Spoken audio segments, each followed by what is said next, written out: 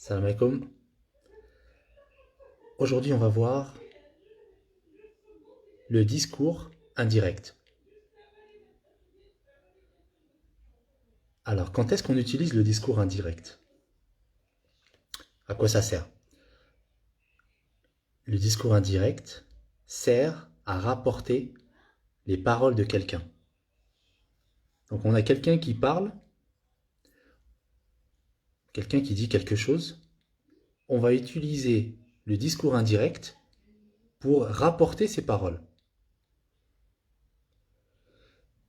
Alors, pour rapporter les paroles, on utilise un verbe de parole. Comme par exemple, demander, le verbe demander, ou bien le verbe dire. Bon, il y a d'autres verbes, mais en général, on utilise le verbe demander ou bien le verbe dire. Et on enlève les guillemets et les tirets. Donc, on va voir des exemples. Là, ici, on a un discours direct. Par exemple, Pierre dit « je sors ». Donc là, « je sors », c'est un discours direct. Quand on a un discours direct, qu'est-ce qu'on fait? On dit « Pierre dit », deux points, on ouvre les guillemets, « je sors », fermez les guillemets. Là, c'est le discours direct. Pour le discours indirect, on va dire « Pierre dit qu'il sort ». Pierre dit qu'il sort. Donc là, on a utilisé le verbe dire. Pierre dit qu'il sort. Et on a enlevé les guillemets. D'accord? On n'utilise plus les guillemets. Dans le discours direct, Pierre dit « je sors et je vais au travail ». D'accord? Donc là, il y a deux propositions. Je sors et je vais au travail. Donc pour le discours indirect, avec la répétition, on va dire « Pierre dit qu'il sort et qu'il va au travail ». On a utilisé...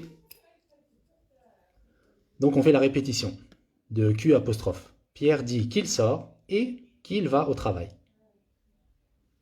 Alors d'autres exemples un discours direct en posant une question.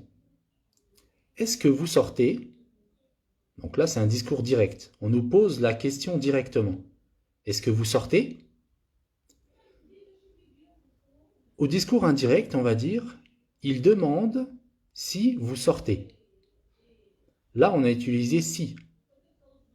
Il demande si vous sortez. Indirect. Direct, est-ce que vous sortez? Il demande si vous sortez. Vous avez terminé? On peut sortir? Là, c'est pareil, on a deux propositions. Vous avez terminé? On peut sortir? Pour le discours indirect, on va dire « Il demande si on a terminé et si on peut sortir ». Donc là, on a utilisé « si ». Un autre exemple, d'abord un discours direct. Où sortez-vous? On pose la question. Où sortez-vous? Où sortez-vous? À quel endroit? Discours indirect, on va dire « Il demande où vous sortez ».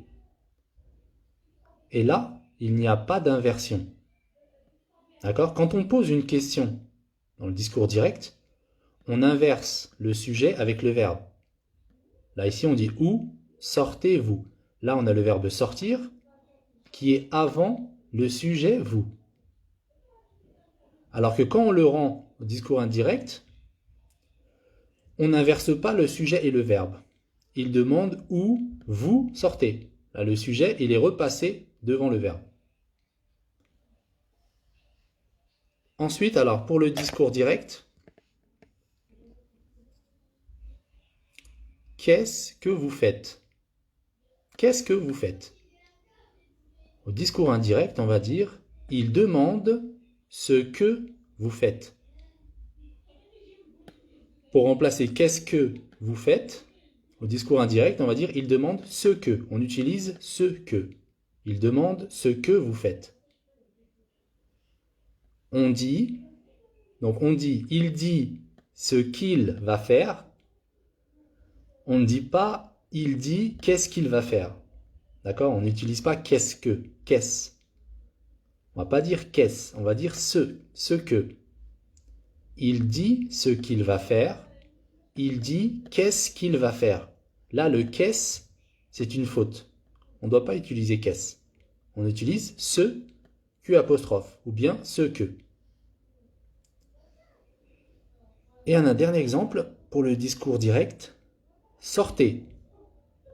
D'accord? Phrase impérative. Sortez. Au discours indirect, on va dire il lui demande de sortir. Là, on met le verbe à l'infinitif. Sortez. Il lui demande de sortir. Voilà, c'est terminé pour la petite vidéo. À la prochaine, Inch'Allah.